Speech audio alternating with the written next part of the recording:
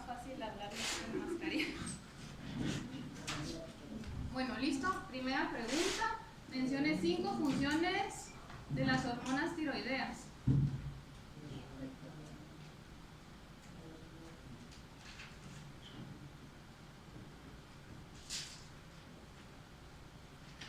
Número 2. Si quieren dejar un espacio. Mencione 3 causas de hipotiroidismo congénito.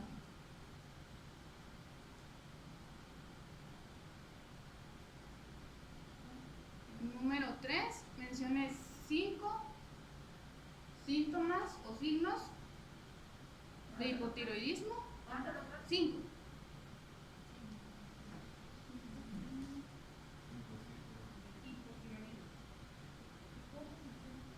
Y la última, mencione o describa el efecto de Wolff-Chaikoff. Tienen 5 minutos.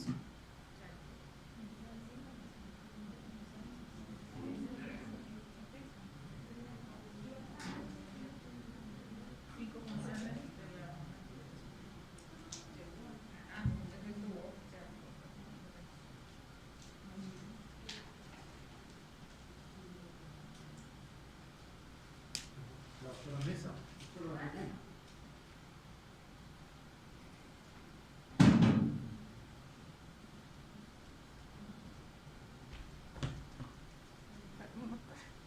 Dale.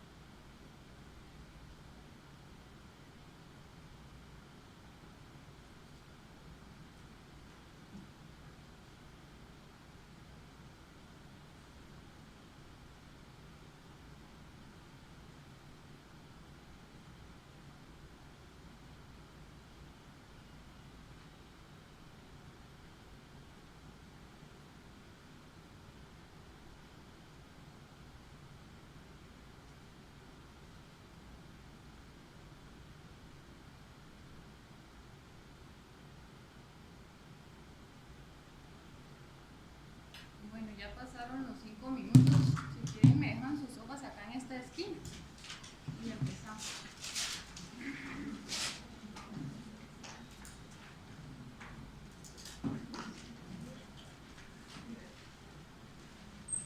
Le pusieron un nombre, ¿verdad? No pónganle nombre.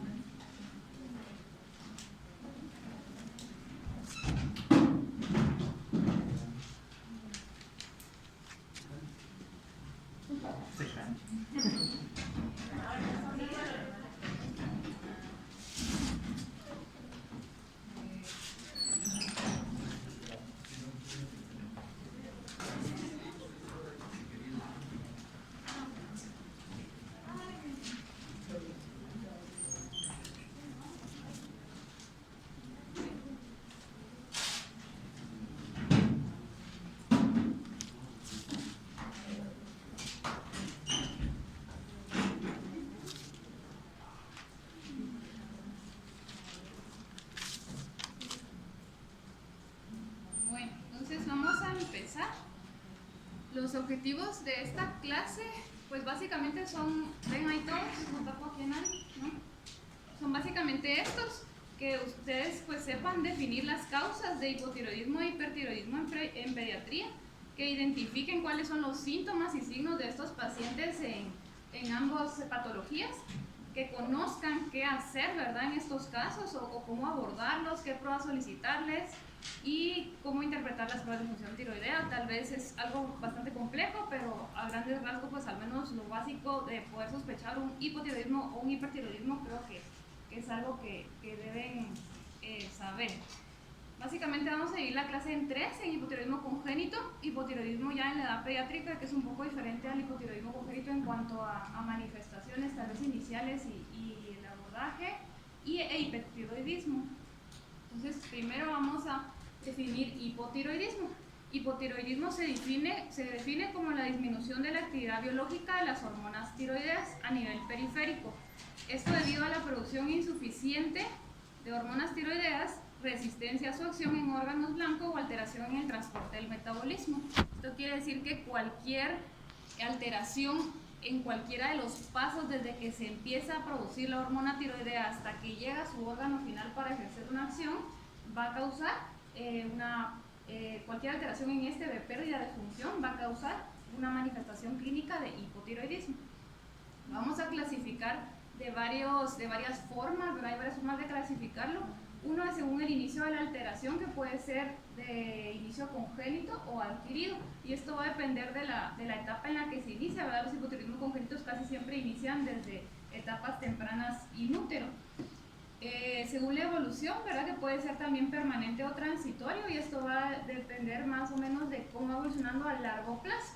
Muchas veces no encontramos una causa que justifique el hipotiroidismo congénito y pueda que esto haya sido algo transitorio debido tal vez a algún factor de riesgo que pueda llevar a que en algún momento en específico se altere la función de las hormonas tiroideas, pero que pueda llegar a regresar a su normalidad si desaparece ese factor de riesgo. Y según la localización, que esto pues ustedes también ya lo saben, se puede dividir en primario si la alteración está en la glándula tiroides, es decir, que no se están produciendo las hormonas tiroideas de manera adecuada. Secundario, si la alteración está a nivel de la hipófisis, no se produce probablemente un buen nivel de TSH. Terciario, si es en el hipotálamo, no se produce un buen nivel de TRH, que es la hormona liberadora de tirotropina. Y estos dos, tanto la alteración en la hipófisis como en el hipotálamo, se pueden englobar como un hipotiroidismo de origen central y periférico por alteración en el transporte o directamente ya en acción en el órgano periférico. Entonces, empecemos con hipotiroidismo congénito.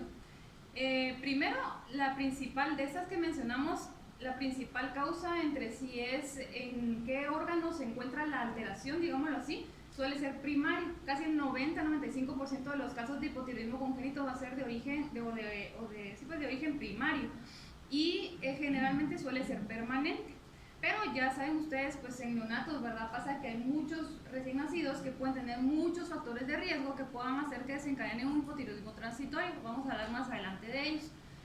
La causa más frecuente de hipotiroidismo congénito es una disgenesia tiroidea. Una disgenesia como tal, pues va a ser una glándula tiroides que va a sufrir una alteración en su formación, que va a llegar a que su formación no sea la adecuada o al momento de que hace su descenso hasta llegar a la posición habitual.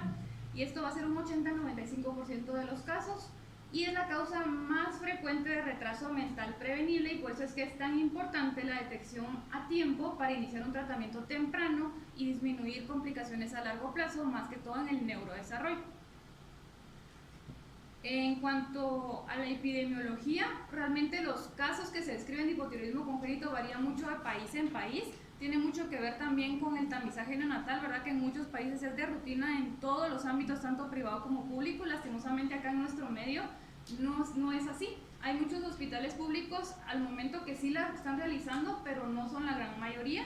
Y lo privado ya es, como ustedes ya sabrán, es como por elección, ¿verdad? Si el papá se lo quiere hacer o si el médico se lo sugiere, pero al final no se hace de rutina cuando debería de hacerse en todo paciente de rutina al nacer.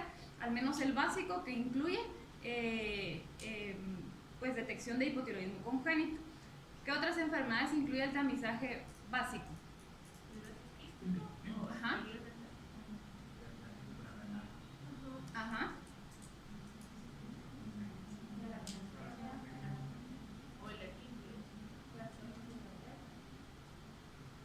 Uno creo que no he escuchado.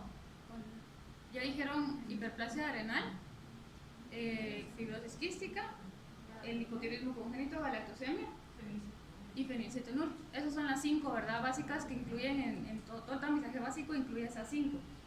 Entonces, si se dan cuenta, 2 de esas de hecho son endocrinas y una de esas es el hipotiroidismo congénito, que de hecho es la más frecuente. Entonces, la incidencia se reporta en países desde promedio entre 1 en 3.000 o 1 en 4.000 casos, pero pueden haber incidencias más bajas como de 1 en 7.000 alrededor en Europa. Hay países donde no es tan frecuente y es un poco más baja la incidencia, pero en Latinoamérica y más todavía en países como el nuestro, en vías del desarrollo, que todavía hay deficiencia de yodo en ciertas regiones, es un poquito más frecuente. Toda la región como de América Latina reporta un promedio de 1 en 2.000 casos o 1 en 2.500, es más frecuente que en otras partes del mundo.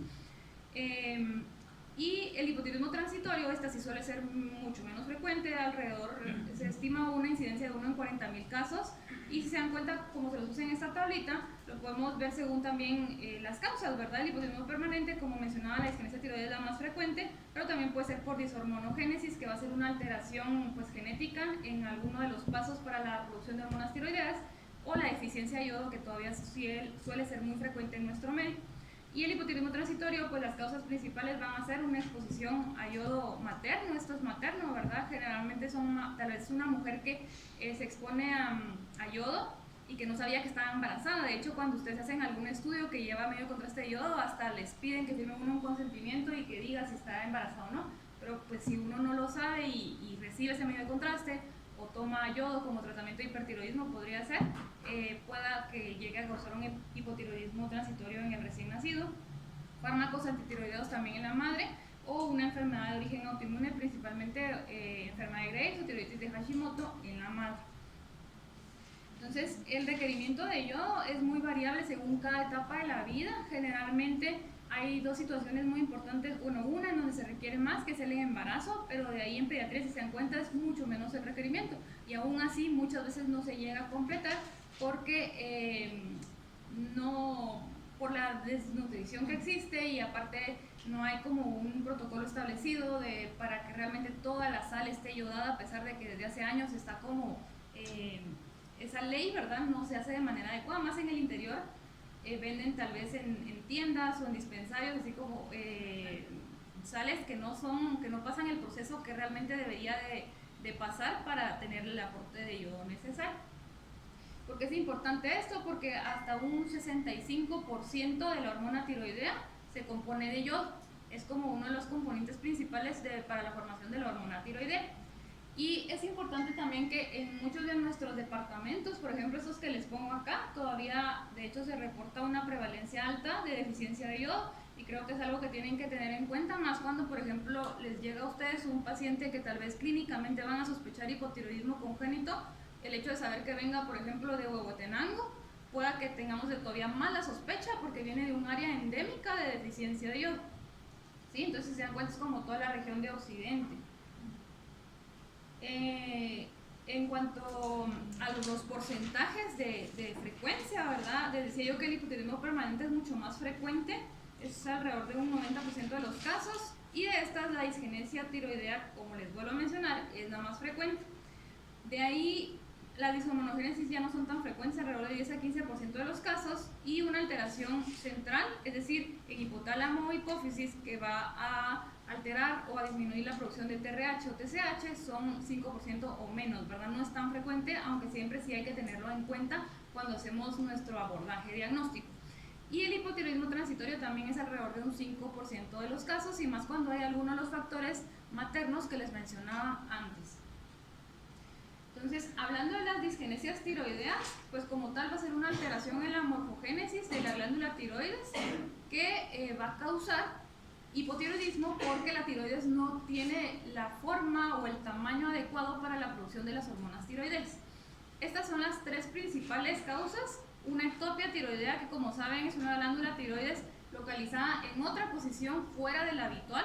Muchas veces suele estar en una posición más alta, nunca llegó a tener su descenso adecuado hasta la posición habitual, y esto va a ser inútero, ¿verdad?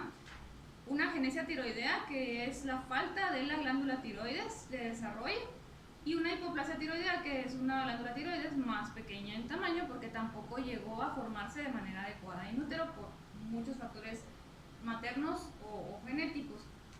Y es importante que sepan o que recuerden que siempre las enfermedades de la tiroides casi siempre suelen ser más frecuentes en mujeres. Sí tiene un predominio femenino marcado y que suele aumentar con la edad. Entonces, la principal que les mencionaba, la ectopia tiroidea, es la causa de disgenesia tiroidea más frecuente de hipotiroidismo congénito. Casi siempre se va a deber a posiciones fuera del lugar habitual de la glándula tiroides, y lo más frecuente es que esté a nivel sublingual o submentoniano. De hecho, no sé si se logra ver bien en la imagen, pero por ejemplo acá justamente se ven dos glándulas tiroides al fondo del paladar, ¿verdad? De la lengua, en la base de la lengua. Y este del centro es un estudio de una gammagrafía, en el cual se nota de que, bueno, no se ve bien ahí el cuello, pero que la captación es arriba como atrás también de la base de la lengua, muy fuera de la posición habitual de la tiroides. Esto es importante también. Muchas veces, de hecho, cuando se examinan a los niños, lo que ha pasado es que le ven esto atrás y piensan que es algo de otorrino, lo envían de primero que a otorrino, que a otros lados, y muchas veces es, o sea, de verdad que si ven algo así en la base de la lengua, a la hora de que revisan orofaringe, una de sus principales sospechas debe ser ectopia tiroidea, porque es muy frecuente, de hecho mucho más frecuente que cualquier otra alteración por ejemplo, laringia o de otorrino que pudiera llegar a tener esta visión a la exploración física.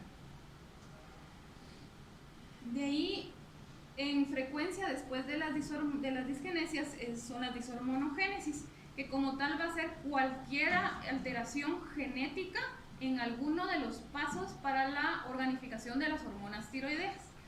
Entonces, hay varios genes que pueden llegar a estar implicados y en diferentes pasos, ¿verdad?, para la formación de hormonas tiroideas. Algo importante de estas dishormonogénesis, casi siempre se suelen manifestar con bocio en recién nacidos.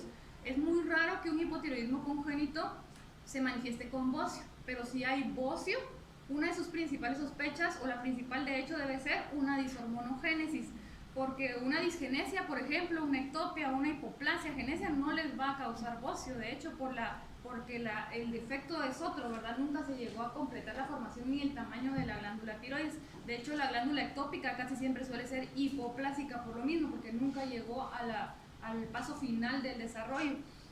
Entonces, si hay bocio, siempre su primera sospecha debe ser dishormonogénesis, y puede ser en cualquiera de estos pasos que les pongo aquí a la par en este cuadrito. Entonces, para recordar un poquito pues la fisiología, ¿verdad? Porque en base a recordar la fisiología es que ustedes van a ver dónde puede estar el defecto. Recordemos que la unidad funcional de la glándula tiroides es el folículo tiroideo. Entonces, estos son unos folículos tiroideos, si se dan cuenta está formado por células epiteliales que revisten coloide, y básicamente esas son las células foliculares. Hay otras células que son las parafoliculares en la glándula tiroides, que su principal producción va a ser de calcitonina, pero es en menor porcentaje. Entonces, en estas células foliculares, nosotros tenemos pues ahí todos los pasos para la formación de las hormonas tiroides. Entonces, todo empieza desde que la TSH, ¿verdad? Recuerden, es liberada desde la hipófisis por estímulo de la secreción de TRH que se da en el hipotálamo. Esa TSH va a llegar al receptor de TSH que se encuentra en la membrana basolateral de esa célula folicular. Al unirse a su receptor, va a causar varios cambios en la membrana, que uno de los principales va a ser la activación de este que dice NIS, que es el sintransportador de sodio-yodo, este de acá, que es como el principal, de hecho, transportador para el inicio o la activación de la producción de las hormonas tiroides. Este transportador de sodio-yodo lo que hace, como su nombre lo dice, es que va a transportar sodio y yodo adentro de la célula folicular, que lo hace en forma de yoduro, y esto va a ser de la circulación, más que todo pues de lo que ingerimos en nuestra dieta. Entonces, una vez ya está dentro el yoduro, lo que va a hacer es transportarse hacia el otro extremo, a la membrana apical de la célula folicular, para poder ser transportada hacia el folículo tiroideo, que es donde se da toda la formación de hormonas tiroideas, por medio de este otro transportador que es la pendrina. Entonces, si se dan cuenta en la tabla anterior, por ejemplo, ahí ya van dos pasos donde pudiera haber algún bloqueo genético, que uno es en el transportador de sodio-yodo, otro en la pendrina. Si algún defecto genético hizo que no se formara bien alguno de estos dos transportadores, vamos a tener una dishormonogénesis. Entra el yoduro al coloide, y al entrar al coloide lo que hace es que se va a oxidar por medio de la peroxidasa. Y además la peroxidasa va a ejercer otro efecto, acá está la peroxidación por la tiroperoxidasa, va a ejercer otro efecto que va a ser la organificación de pues este yodo oxidado con la tiroglobulina. ¿De dónde viene la tiroglobulina? Viene también de la circulación del aminoácido tirosina, que también lo tenemos nosotros en la sangre, y va a entrar también a la célula folicular, y ahí lo que va a pasar es que va a sufrir varios cambios para formar un precursor de tiroglobulina, que luego se va a transportar al coloide, y ya estando en el coloide también va a tener un efecto por la tiroperoxidasa para formar la tiroglobulina.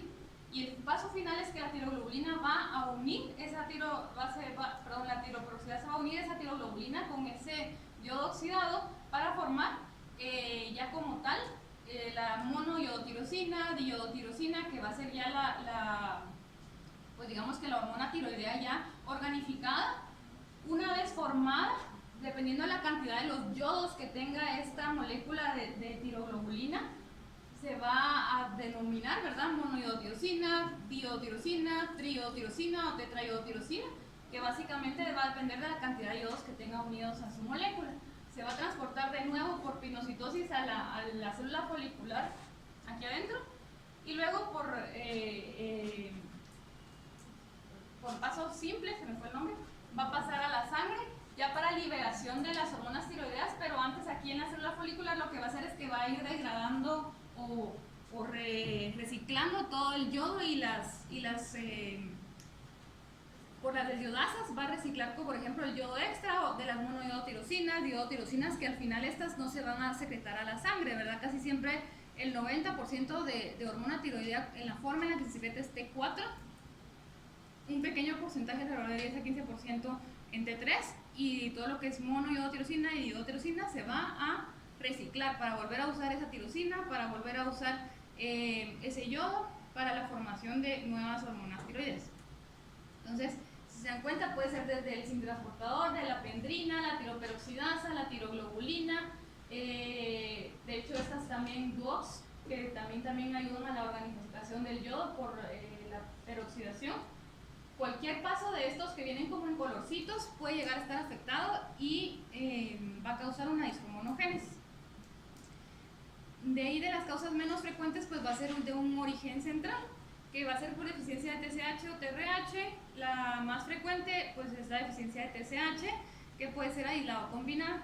Casi siempre suele ser combinada, de hecho. Entonces, siempre cuando tengamos una alteración de línea media o alguna sospecha de algún síndrome en específico que puede llegar a afectar línea media tenemos que pensar que pueda ser otra deficiencia hipofisaria aparte de la TSH, como por ejemplo que haya presencia de frente prominente, labio paladar hendido, hipoplasia mediofacial, que haya presencia de un incisivo único, por ejemplo niños o recién nacidos con holoprosencefalia, que tengan agenesia del cuerpo calloso. Pues estos son datos que nos tienen que hacer sospechar o buscar intencionadamente deficiencia de alguna hormona hipofisaria, no solo TSH, pero pues es una de las principales porque es de lo más frecuente. ¿Qué otras hormonas produce la hipófisis?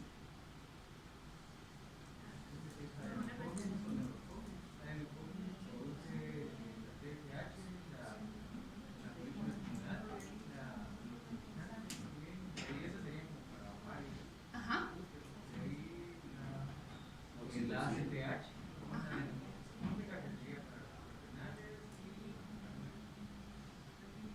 Y la neurofónica, que es una diurética y Ajá.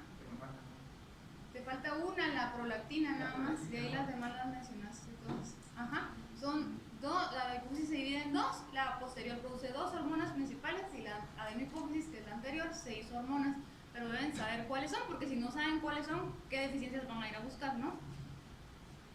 Entonces, el hipotiroidismo transitorio generalmente suele ser iatrogénico, suele ser causado por algún estímulo, que generalmente suele ser algún medicamento, por ejemplo. En este caso, el uso de fármacos antitiroideos en madres con hipertiroidismo suele ser una causa muy frecuente de hipotiroidismo transitorio. También el exceso de yodo, como les mencionaba en la mamá, que puede ser por exposición a yodo radiactivo o también al recién nacido. Esto de hecho es muy frecuente y hay varios estudios que lo han comprobado, que por ejemplo la administración de estas soluciones para limpieza con yodo, como yodo povidona, hace que si nosotros estamos estimulando muy frecuente el área de la piel con soluciones con yodo, va a hacer de que se absorba más fácil el cuerpo, porque como tiene generalmente menor superficie corporal, casi siempre de hecho en quienes se usan son niños con bajo peso, restricción o prematuros, van a absorberlo más fácil a la sangre. Y ya estando ahí, de hecho la tiroides neonatal es mucho más sensible a captar ese yodo, hasta un 20% más sensible para captar ese yodo que está absorbiendo, y puede llegar a causar un hipotiroidismo transitorio.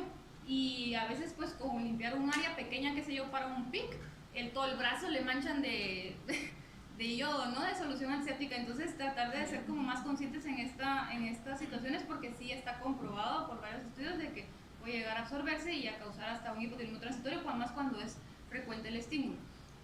Entonces la tiroides fetal, como les decía, tiene menor sensibilidad a la captación del yodo y lo que va a causar es un efecto de Wolff-Chaikoff. ¿Qué es el efecto de Wolff-Chaikoff? al final, no recuerdo que era un ratito, niveles de yodo terminan bloqueando el síntoma que es importante en todos los tiroides.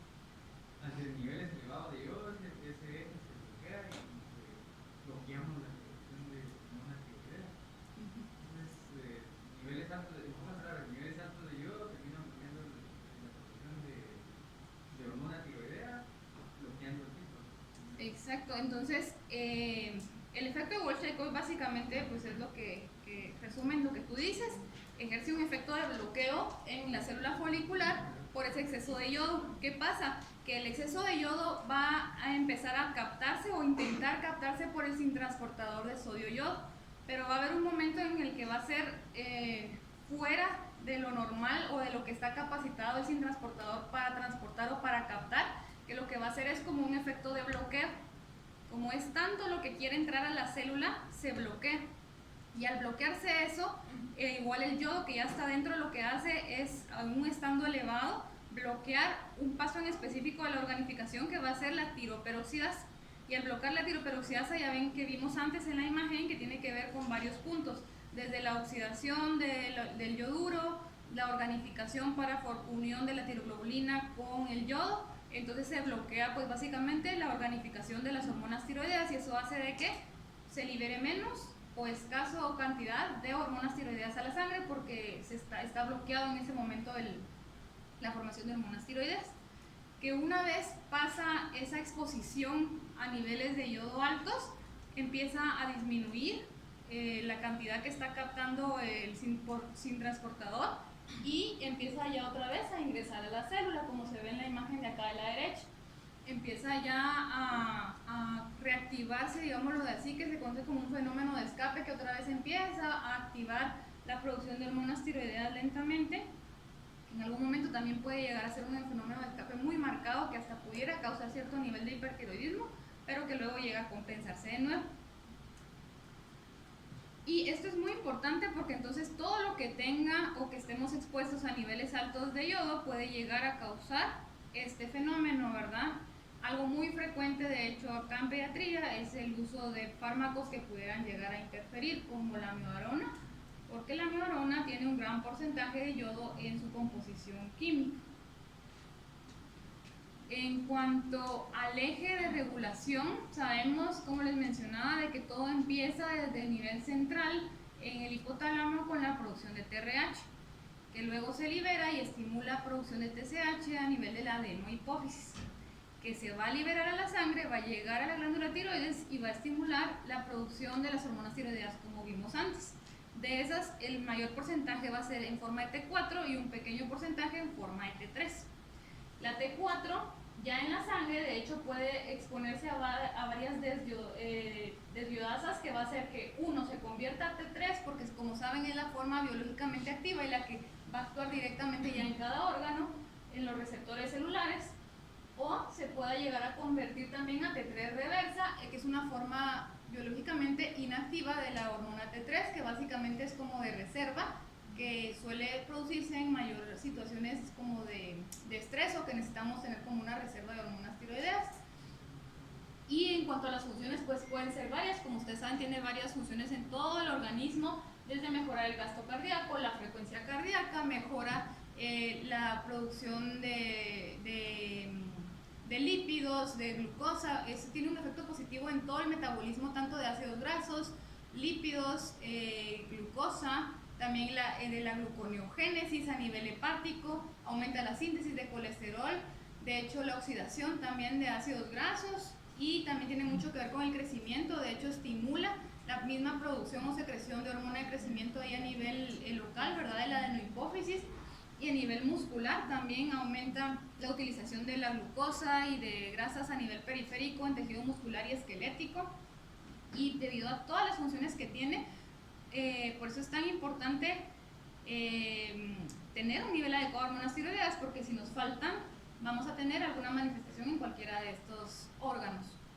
El cuadro clínico es muy variable, pero pues importante que sepamos describir esta fascia típica que puede darse en hipotiroidismo congénito, que suele ser como un aspecto tosco, los párpados y los labios como más hinchados, como edematizados, tumefactos.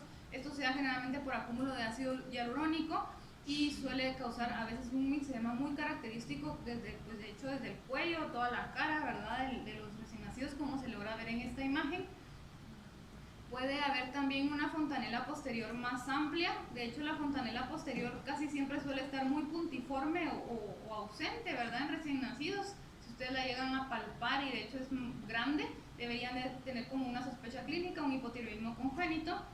La presencia de piel seca, fría, moteada, que esté el bebé hipoactivo, hipotónico, que haya macroglosia, llanto ronco, el abdomen como más prominente, con presencia de hernia umbilical, estreñimiento, problemas para la alimentación, que le cueste alimentarse o que haya ictericia prolongada, generalmente mayor a 2 semanas, son datos que nos deben hacer sospechar en hipotiroidismo congénito. Más adelante, fuera de esta etapa neonatal o en bebés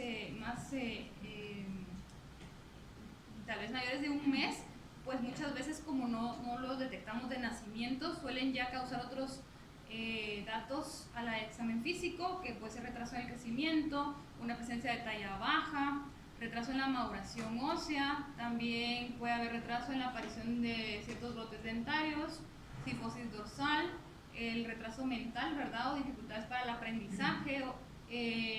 La edad ósea es importante que, por ejemplo, en recién nacidos podemos verlo en rodilla, como se ve en esta imagen de la última, que se conoce de hecho como el signo de la rodilla vacía. Generalmente el núcleo de osificación de la rodilla se suele suele aparecer entre las 33, 36 semanas de gestación.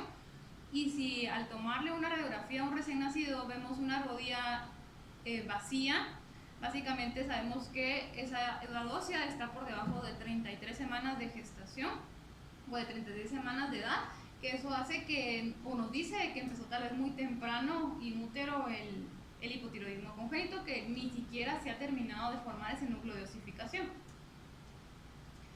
Entonces los síntomas y signos que mencionamos pues son propios de la falta de acción hormonal, y esto va a afectar todos los sistemas en el organismo, que muchas veces puede ser de poca expresión en el periodo neonatal, es decir, que tener un recién nacido también a la exploración física aparentemente sano tampoco nos descarta un hipotiroidismo congénito. Pero por eso es importante el tamizaje neonatal, como les mencionaba al inicio, y desde hace varios años dos médicos, Letarte y Dusol, crearon un índice como clínico para poder identificar a estos pacientes, que es el índice de Letarte, que es muy útil, de hecho, a la hora de la exploración de estos pacientes para ustedes poder sospechar hipotiroidismo congénito, que engloba pues estos signos, y ustedes le van dando un puntaje a cada uno de ellos.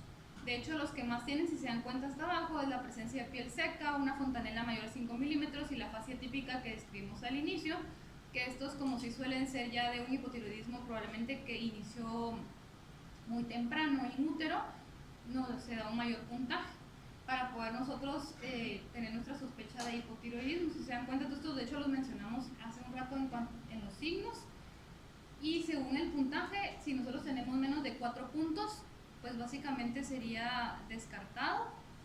De 4 a 7 sugestivo, y mayor a 7 casi que una certeza, pero debemos siempre completarlo con unas pruebas tiroideas.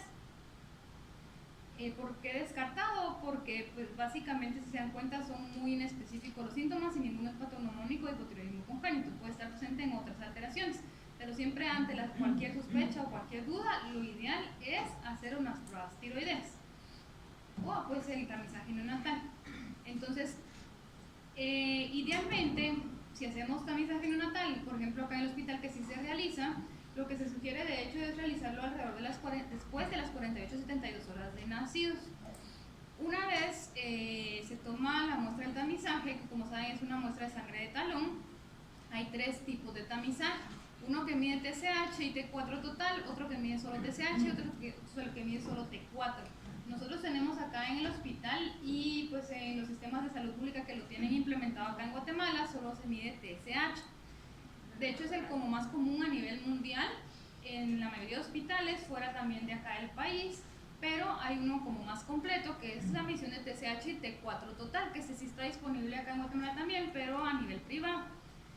¿Por qué es más completo? Porque recuerden que siempre hay un pequeño porcentaje que vamos a tener un riesgo de hipotiroidismo central. Entonces, tener una TSH menor a 10, que es generalmente el punto de corte en un tamizaje, pues tampoco me descarta que haya un hipotiroidismo de origen central. Más bien no me lo descarta, ¿verdad? Porque esta no se va a elevar. Entonces, si tienen un paciente con síntomas y signos de hipotiroidismo y el tamizaje sale negativo, ante la sospecha clínica siempre lo que hay que hacer es pruebas tiroides, porque el tamizaje la mayoría de veces solo mide TSH y no descartamos que pueda ser un hipotiroidismo de origen central. Los puntos de corte son variables de laboratorio a laboratorio y de país a país, pero en general la mayoría de guías concuerdan con que el punto de corte promedio es 10. Es decir, que si una TSH nos sale menor a 10, básicamente nuestra función tiroidea sería normal, a excepción de que tuviéramos síntomas o signos clínicos como les menciono, que siempre ahí no podemos descartar un hipotiroidismo central, por lo que hay que medir pruebas tiroideas. Pero si mi TSH sale mayor a 10, hay otro punto de corte muy importante, que es mayor a 40. Si sale mayor a 40, definitivamente es un hipotiroidismo congénito sin lugar a duda. Entonces ahí tenemos que iniciar tratamiento de inmediato. Si me sale en este rango como intermedio entre 10 y 40, sería una sospecha de hipotiroidismo congénito. El tamizaje neonatal, pues como su nombre lo dice, es un tamizaje, generalmente no confirma diagnósticos, a excepción de que sea muy elevada mi TSH. Entonces, si tenemos en este punto intermedio entre 10 y 40, lo ideal sería también hacer unas pruebas tiroideas.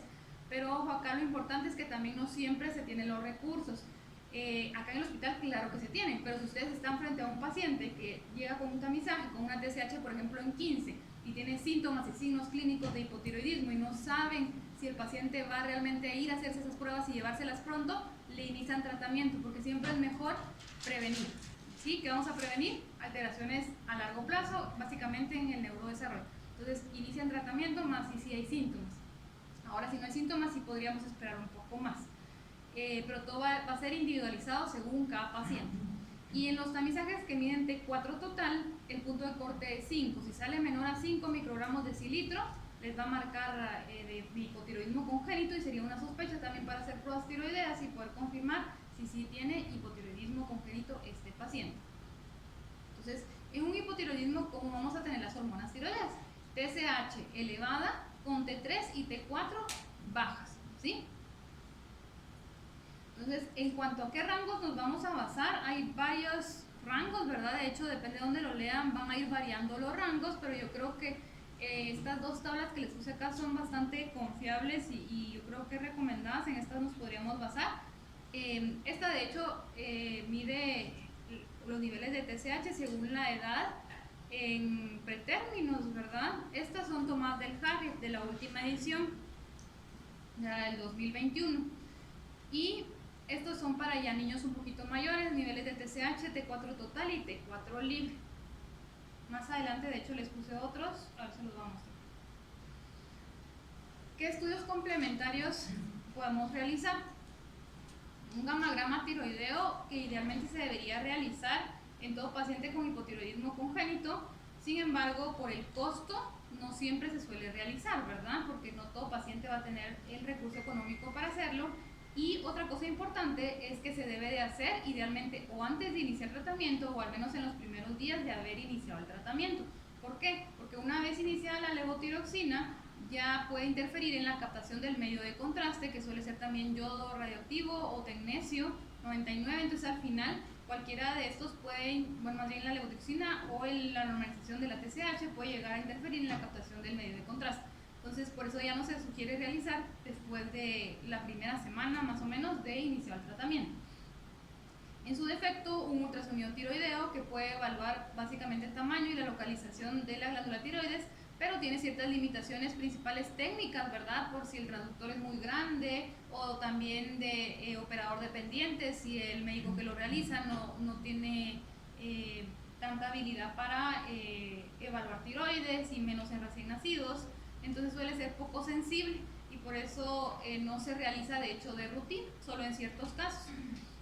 Por ejemplo, si ustedes hacen un ultrasonido tiroideo, más bien si hacen una gamografía tiroidea, básicamente pueden llegar a confirmar o descartar cualquiera de las principales causas que son disgenesias tiroideas, porque va a captar la glándula tiroides y habiendo captado pueden hacer mediciones. Entonces les confirma o les descarta una ectopia, una hipoplasia, una genesia y hasta una dishormonogénesis, porque generalmente la mayoría de dishormonogénesis no van a captar el medio de contraste, más cuando los defectos son muy de los primeros pasos, ¿verdad? Por ejemplo, en el sintransportador no va a captar el yodo y va a parecer como si fuera una genesia. En esos casos sí es importante hacer un ultrasonido tiroideo, porque entonces ya comprueban ustedes con un ultrasonido tiroideo si hay glándula tiroides o no.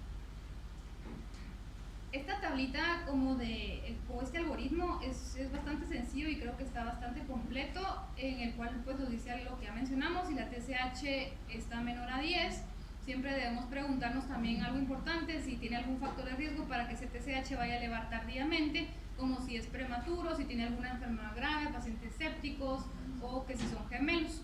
Entonces estos hay que repetirles después. Puede ser, generalmente dicen el tamizaje, pero puede ser unas hormonas tiroideas, ¿verdad? Un par de semanas después.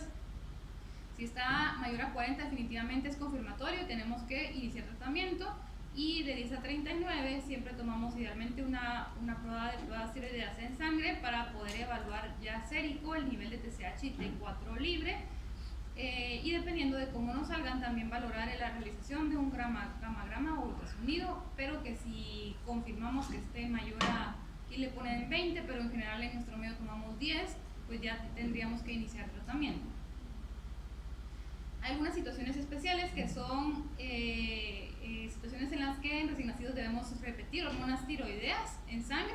alrededor de las 2 a 6 semanas de vida, que son prematuros menores a 30 semanas, bajo peso, bebés con menos de 1500 gramos al nacer, un embarazo gemelar, recién nacidos que hayan nacido con asfixia, que hayan estado chocados, sépticos, intubados, críticamente enfermos, o cuando el tamizo o el perfil tiroideo se realizaron post-transfusión, que eso también a veces suele ser frecuente, les realizan las pruebas tiroideas, pues lo acaban de transfundir, salieron normales, pero pues nada me garantiza que realmente estén normales porque recién fue transfundido.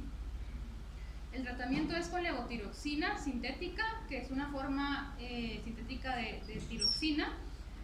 Idealmente, como les decía, mientras más temprano iniciemos el tratamiento, menor riesgo a futuro vamos a tener en cuanto a síntomas o signos clínicos de hipotiroidismo. Lo que se recomienda es iniciar tan pronto como antes de las 2 semanas, de ser posible, para evitar cualquier alteración en el desarrollo neurológico. Se da una vez al día porque tiene una larga vida biológica. Esta, como vimos, fisiológicamente se va a convertir en T3 a nivel periférico según los requerimientos de cada órgano. Se absorbe a nivel de ayuno medio y proximal, y los niveles séricos van a alcanzar un punto como máximo alrededor de las 3-4 horas de ingerido el medicamento. La absorción se puede ver reducida cuando interacciona con algunos otros medicamentos, por lo cual se sugiere tener un espacio como prudente de horas de diferencia entre cada uno. Alrededor de 4 horas, si por ejemplo el paciente va a tener, por ejemplo, una fórmula de soya, va a tener aporte de calcio, va a tomar algún anticonvulsivante como fenobarbital o fenitoína o carbamazepina, rifampicina, todos esos, o tiene anemia y va a tomar hierro, por ejemplo, se sugiere de hecho que sean al menos 4 horas de diferencia para que se absorba mejor la levotiroxina, porque puede interferir en su absorción. La dosis recomendada según edad es como estándar, pero siempre va a ser también individualizado según el nivel de TSH. Pero en general, en hipotiroidismo congénito, la mayoría de bebés son diagnosticados entre los 0 y 3 meses, que se inicia un promedio de 10 a 15 microgramos kilo día, que en la mayoría de pacientes suele ser un promedio de 50 microgramos ya dosis total, ¿verdad? La levotiroxina es importante también tener una técnica adecuada para poder tener un efecto deseado, que como les decía es una dosis diaria única, que puede ser en la mañana o en la noche, pero se prefiere por circunstancias de apego, ¿verdad? Que sea en la mañana. Se da en ayuno con al menos 2 a 4 horas de ayuno en recién nacidos. Idealmente no dar en jeringas, se prefiere en una cuchara. De preferencia no partir tabletas, ¿verdad? Sino dar una tableta que sea de la dosificación del paciente. De hecho, por eso hay varias dosificaciones en cuanto a levotiroxina. Se puede disolver con agua pura o leche materna, no así con fórmula. Y posterior al medicamento, idealmente esperar unos 30 minutos más para poder volver a ingerir alimentos, leche materna o cualquier otro medicamento en su defecto. Estas son todas las presentaciones que existen de levotiroxina. Si se dan cuenta, van casi que de 25, 50, 75, 88, son varias, hasta llegar a 300. Claro que esas ya no se usan tanto en pediatría. Y también existen otras presentaciones como más recientes, que son como estas dosificaciones de acá del lado izquierdo, donde también hay tabletas de 50, 100 y 150, pero que vienen divididos como en otros 4 cuadritos que son más fáciles de partir, y que si se dan cuenta ahí podemos obtener hasta dosis de 12.5, 37.5, que es mucho más práctico para los pacientes según la dosis que requieran. Y esto es importante porque de verdad que todo lugar donde ustedes lean hipotiroidismo congénito, lo que se sugiere es adaptar nuestra dosis a la dosis que tengamos ya en presentación, y por eso hay varias. Por ejemplo, muchas veces pasa, en neonatos le calculan, y si pesa 4.7 y le calculan a 10, 47 microgramos. ¿Cómo van a calcular 47 microgramos? Definitivamente de una manera muy artesanal, que saber cómo lo hacen las enfermeras, pero para eso mejor le calculan 50 y que le den una tableta de 50. Es lo más práctico para uno de papá, para uno de médico, para situaciones prácticas también para el paciente, ¿verdad? Y la absorción del medicamento. Entonces, y hay que evitar estar diluyendo medicamentos, de verdad, a menos que sea muy necesario y el paciente pues tenga sonda o esté intubado, y pues ahí sí, pues por sonda, pero si no, evitar darlo en jeringa, ¿no? El seguimiento inicial es a las 4 a 6 semanas para volver a evaluar hormonas tiroideas y ver si ya hay una mejoría en los niveles séricos. Generalmente la TSH suele normalizarse después de alrededor de 4 semanas, y por eso la primera evaluación se hace alrededor de ese tiempo. porque si medimos antes las hormonas tiroideas, puede que la TSH todavía no esté en rango normal, pero no significa que no esté haciendo efecto el medicamento, sino simplemente no ha llegado a su punto máximo de acción. Las primeros 6 meses suele ser mensual o cada 2 meses, de los 6 a los 3 años, cada 3 a 4 meses, y de 3 años en adelante se puede espaciar más hasta 4 a 6 meses. Alrededor de los 3 años se puede hacer una reevaluación diagnóstica cuando se sospeche de un hipotiroidismo transitorio para ver si el paciente se le puede suspender el tratamiento y pueda quedarse sin tratamiento. ¿Cómo se hace? Básicamente se quita la levotiroxina, se vuelven a medir hormonas tiroideas alrededor de 4 a 6 semanas y vemos la función tiroidea. Si la TSH vuelve a elevar, pues básicamente nos va a confirmar un hipotiroidismo permanente porque sin medicamento empezó a elevar nuevamente y lo va a requerir de por vida. Pero siempre no a todos los pacientes se le hace una reevaluación diagnóstica. Si el paciente tiene una dosis muy alta de levotiroxina o ya tenía una TSH previa que estaba elevada porque no se lo estaba tomando, pues a ese no le van a quitar el medicamento, ¿verdad? O si ya tiene un diagnóstico confirmado de una ectopia, de una hipoplasia, de una agenesia, pues tampoco, porque lo van a seguir necesitando. Solo en aquellos casos que lleven una buena velocidad de crecimiento, un buen desarrollo, tengan una dosis muy bajita de levotiroxina y con esa dosis muy bajita esté conservada su función tiroidea, pues ante esos casos ustedes dicen esto pueda que había sido transitorio, le suspendo el tratamiento y pruebo nuevamente. El pronóstico, lo más importante pues va a ser prevenir el retraso en el desarrollo, ¿verdad? Y por eso es importante tanto el inicio temprano como la evaluación seriada y constante para tener una función tiroidea normal, lo más cercano a lo normal. Ahora pasando a un hipotiroidismo ya en edades un poquito mayores, en la edad pediátrica, pues a cualquier edad suele diagnosticarse hipotiroidismo, pero sí suele ser un poquito más frecuente, al igual que el hipertiroidismo, cuando se va llegando a la pubertad.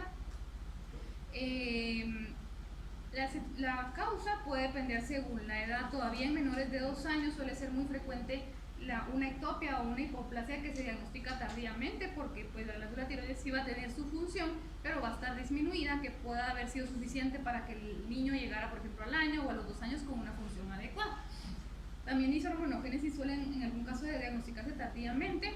Puede haber una tiroiditis subaguda o de Kerbein, que básicamente es por antecedente de alguna infección reciente, viral, ¿verdad? Que pueda llegar a causar una como inflamación o mayor secreción, en este caso, o estimulación de la glándula tiroides, que hace que se inflame, que duela, que pueda haber mayor secreción como una fase de hipertiroidismo, que después cae como una fase de hipotiroidismo, pero que después se compensa. Iatrogénico por medicamentos, esteroides, la amiodarona. Y más adelante pues ya suele ser similar entre los 2 y los 5 años, pero aquí suele ser más frecuente la tiroiditis subaguda.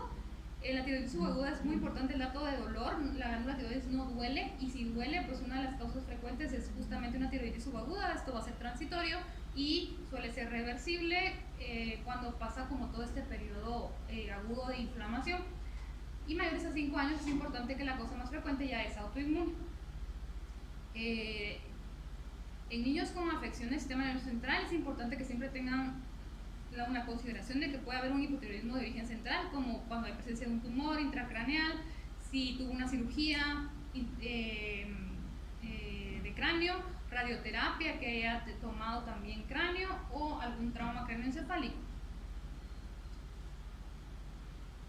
En pediatría es importante siempre vigilar el crecimiento, como ya saben, y si en algún momento empezamos a ver que esa velocidad de crecimiento, la talla se estanca, pues siempre una sospecha clínica, más cuando hay datos clínicos, es hipotiroidismo en la edad pediátrica.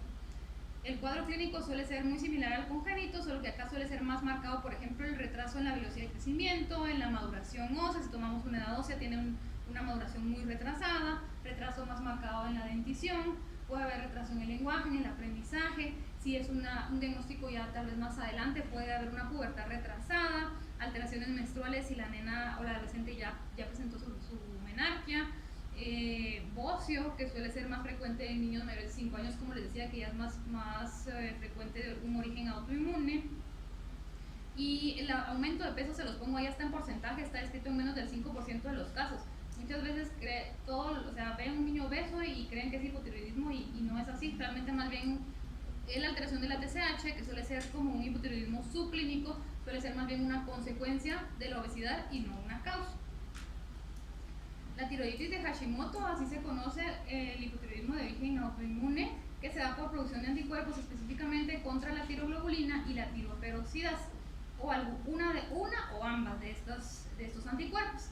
Y esto lo que va a hacer es destruir básicamente la tiroglobulina y la tiroperoxidasa, que como vimos en el folículo tiroideo va a dar lugar a toda la organificación de las hormonas tiroideas. Es más prevalente en niñas, alrededor de 7 veces más frecuente que en niños, y suele ser más frecuente, como les mencionaba, durante la pubertad. Ahí les puse las flechitas que justamente es donde suele causar la destrucción de los anticuerpos, tiroglobulina y tiroperoxidasa. Siempre acá va a ser una elevación de TSH con disminución de T3 y T4. Esta tablita, espero que se vea bien y si no se las puedo pasar, pero está actualizada al 2021, de hecho, es de up to date y viene según edad todos los rangos de hormonas tiroideas, tanto en fracciones totales como libres. TBG, que es muy importante también, acá no la medimos, pero muchas veces se suele medir por fuera cuando tenemos sospecha de alguna otra alteración que pueda ser transitoria por disminución o elevación de globulina fijadora de hormonas tiroideas. Estudios complementarios, igual aquí sí va a ser preferible un ultrasonido porque ya vimos que van disminuyendo las causas de disgenesias, pero siempre pues el gammagrama no se descarta en situaciones excepcionales.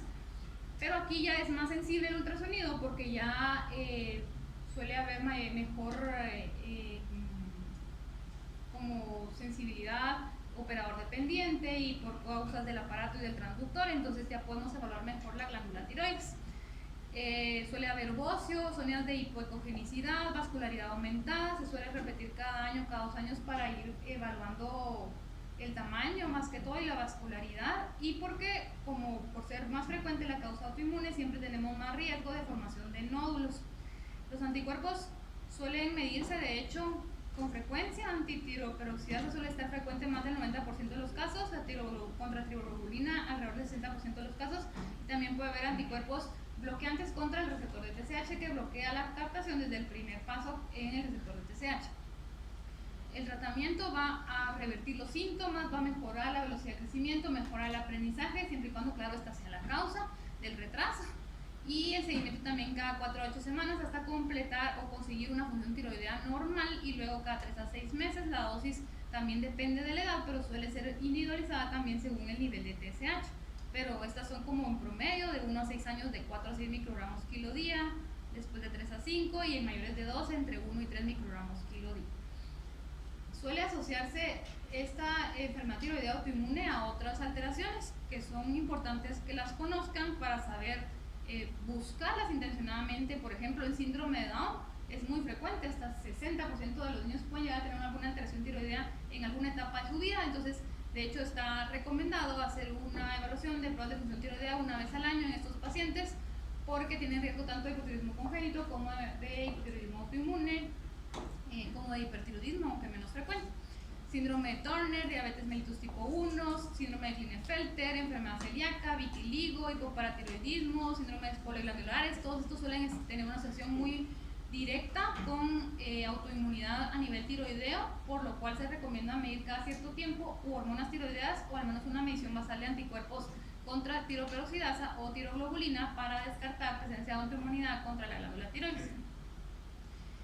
Y otra cosa importante es que toda enfermedad crónica asociada a malnutrición o un estado proinflamatorio nos va a causar alteración en pruebas de función tiroidea. Entonces, bueno, esto lo ven muy frecuente en niños acá en el hospital, crónicos o en intensivo o desnutridos. Entonces, no todo es hipotiroidismo, muchas veces sí llega a requerir tratamiento, pero pues muchas veces lo principal es tratar la causa de base que está haciendo que esas pruebas tiroideas estén alteradas de manera sistémica, pero por el trastorno o la alteración crónica de base. Hipertiroidismo, esto ya es como un poquito más rápido, de hecho es menos frecuente en pediatría. También, pues a diferencia del hipotiroidismo, esto va a ser un aumento en la actividad biológica de las hormonas tiroideas. Y también se puede dividir en neonatal o adquirido, permanente o transitorio, o primario o de origen central. Estas son las principales causas de hipertiroidismo en pediatría. El principal sigue siendo de origen autoinmune, que es una enfermedad de Graves, pero también puede ser en un recién nacido por ser hijo de madre con enfermedad de Graves, síndrome de McCune-Albright, enfermedad de Graves, tiroiditis subaguda, como les mencionaba, puede llegar a tener una fase de hipertiroidismo que suele ser transitorio, la presencia de un nódulo que tenga función propia que produzca hormonas tiroideas, iatrogénico por ingesta de levotiroxina, dosis, pues claro, si no la necesito o mayores, ¿verdad? Si llega un niño a la emergencia que se tomó, no sé, 10 tabletas de levotiroxina que se toma su mamá, siempre hay que sospechar un hipertiroidismo. Claro que no va a ser evidente en ese momento y hay que volver a reevaluarlo con pruebas de función tiroidea. El uso de yodo, de radioterapia, de gonadotropina coriónica humana puede llegar a activar una mayor producción de hormonas tiroideas o la producción de autónoma por un adenoma hipofisario de TSH. La enfermedad de Graves es lo más frecuente, suele ser más frecuente en niñas, alrededor de relación 5:1, en relación a varones, suele ser más frecuente en la adolescencia, y esto se da por activación, pues, del sistema inmune y de mayor estimulación del receptor de TSH por ciertos anticuerpos, que en este caso no están presentes solo en la célula tiroides, sino que suelen estar presentes en ciertos fibroblastos, principal a nivel de los fibroblastos oculares, y por eso es que la mayoría de pacientes con enfermedad tiroidea autoinmune van a tener presencia de oftalmopatía, como se ve en la imagen de acá. Presencia de bocio y oftalmopatía, digamos que con esos dos que tengamos, suficiente para sospechar un hipertiroidismo de origen autoinmune.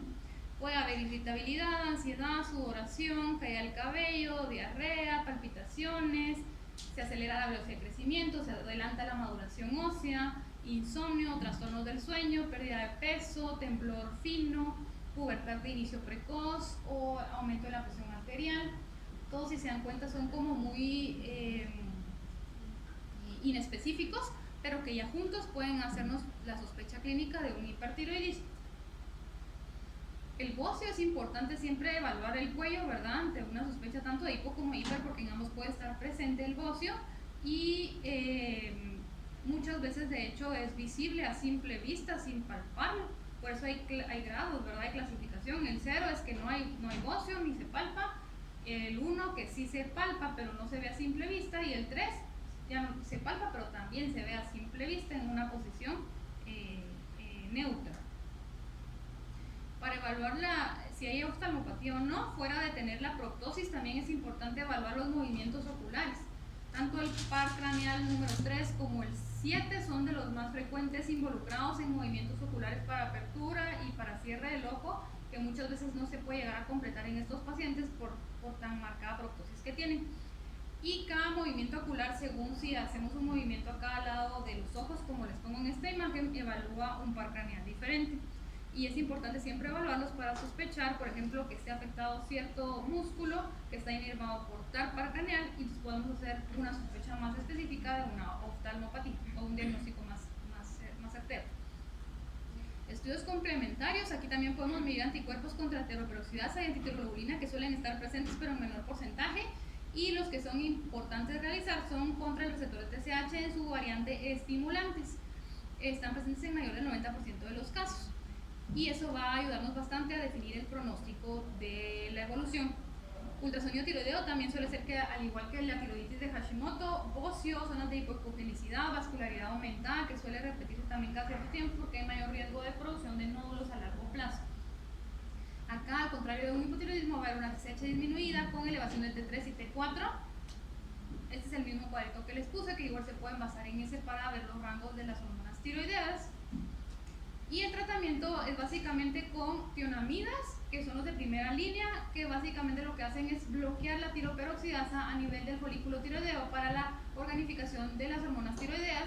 Y además hay unos medicamentos, por ejemplo como el propiltiracilo, que lo que hace también es evitar la conversión periférica de T4 a T3, y así hacer un mejor efecto, digamos, a nivel periférico en cuanto a bloqueo de las hormonas tiroideas.